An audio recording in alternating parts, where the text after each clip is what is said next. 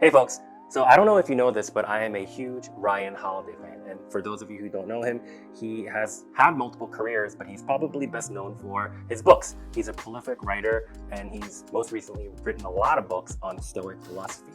I subscribe to his podcast. I have a bunch of his books. I subscribe to his YouTube. The reason why I'm such a fan of Ryan Holiday and Stoic philosophy, one is because I've been introduced to Stoic philosophy through him, but Stoic philosophy itself has helped me, believe it or not, become a better designer. So in this video, I wanted to share with you 5 Stoic ideas that has helped me so much, helped me level up as a designer, and I thought it might help you, so let's get into it. There's a Greek philosopher named Epictetus who once said, if your choices are beautiful, so too will you be. In essence, what he's talking about is that beautiful outcomes are the summation of your choices. And in this scenario, he's not really talking about physical beauty or just aesthetics, although that's probably a part of it. What he's really getting at is the deeper stuff, the human behavior stuff, the character level stuff, something more holistic and meaty. And this idea made me think of the pressure that us designers feel to create or design stuff to gain approval of our teammates, our managers, our bosses, other departments, maybe our clients, the company. And I've done that before, and it's a real easy way to start creating really shitty stuff, terrible designs. Beautiful choices are not behind that kind of work. A beautiful choice might be to propose an idea that actually might help the end users, even though it might not be the #1 money-making idea. A beautiful choice might be for you to take the time and energy to explain why your proposed idea or the design could actually help people, and not just mail it in and do whatever is asked of you, whatever the client wants or whatever your teammates want. You need to be intentional about your beautiful choices if you want beautiful outcomes. So number 2 is to focus on the things that you actually have control over.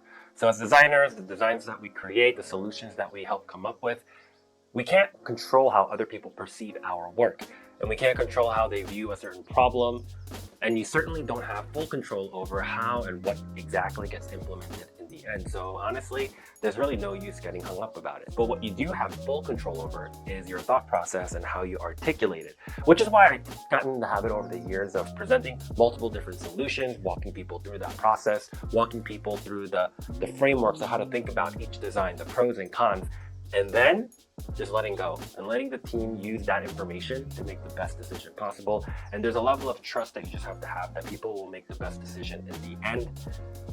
And that's it. If you're curious about the specifics of what I just shared, I actually created a full-length video walking you through my entire design process, and I'll leave that link in the description below. So number 3 comes from Marcus Aurelius, and he said, at every moment, ask yourself, is this necessary? So this makes me think of the design process, because look, we are well known for our processes and methods and strategies, and that's for good reason. It's because we deal with a lot of ambiguity, so we have ways of coming up with lots of ideas and then taking all of those ideas and filtering it down to the ones that make the most sense, ones that will actually solve the problem that you're trying to solve.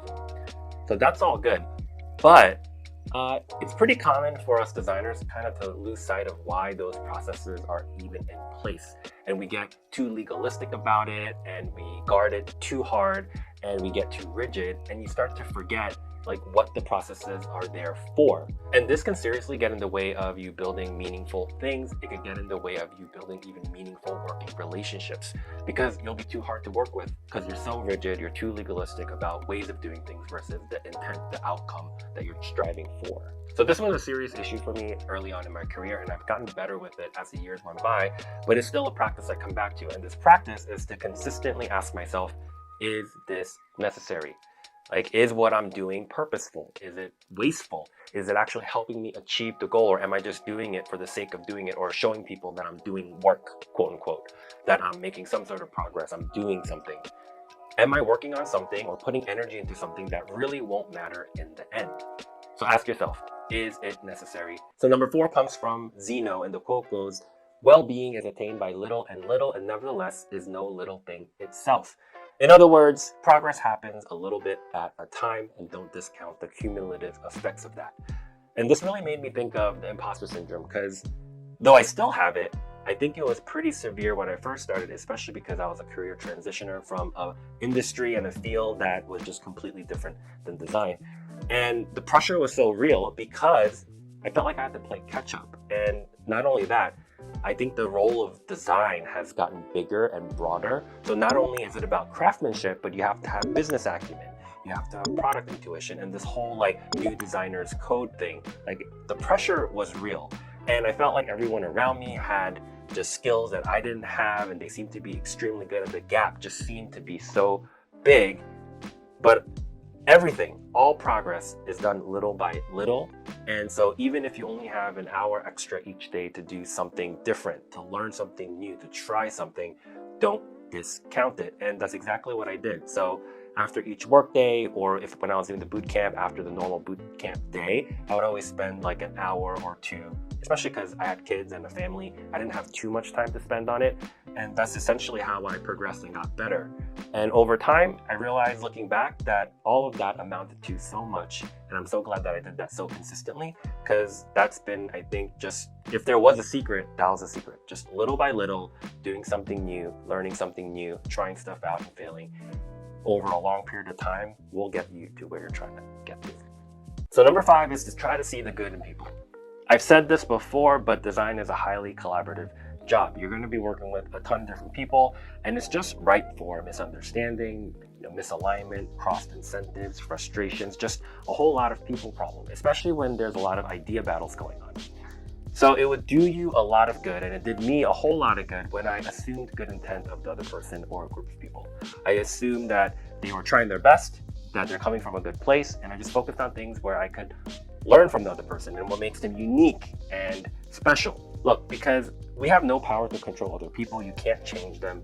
So just focusing on the bad things is only going to make the situation worse. You have a better shot at improving the working relationship, the situation, the ideas, the outcomes, if you assume good in people. So there you have it. Those are the 5 Stoic ideas that has helped me design better and be a better designer. It just helped my mental health as a designer. It helped me have a better relationship with work as a designer. And over time, it's improved the quality of my work too, just because I was having a better, healthier relationship with all of it. And I mentioned Ryan Holiday earlier. If you are interested in Stoic philosophy, I think you should check out his stuff, books, podcast, YouTube channel. You should check it all out. I'll help you get there by putting links below. So yeah, I guess I'll see you in the next one.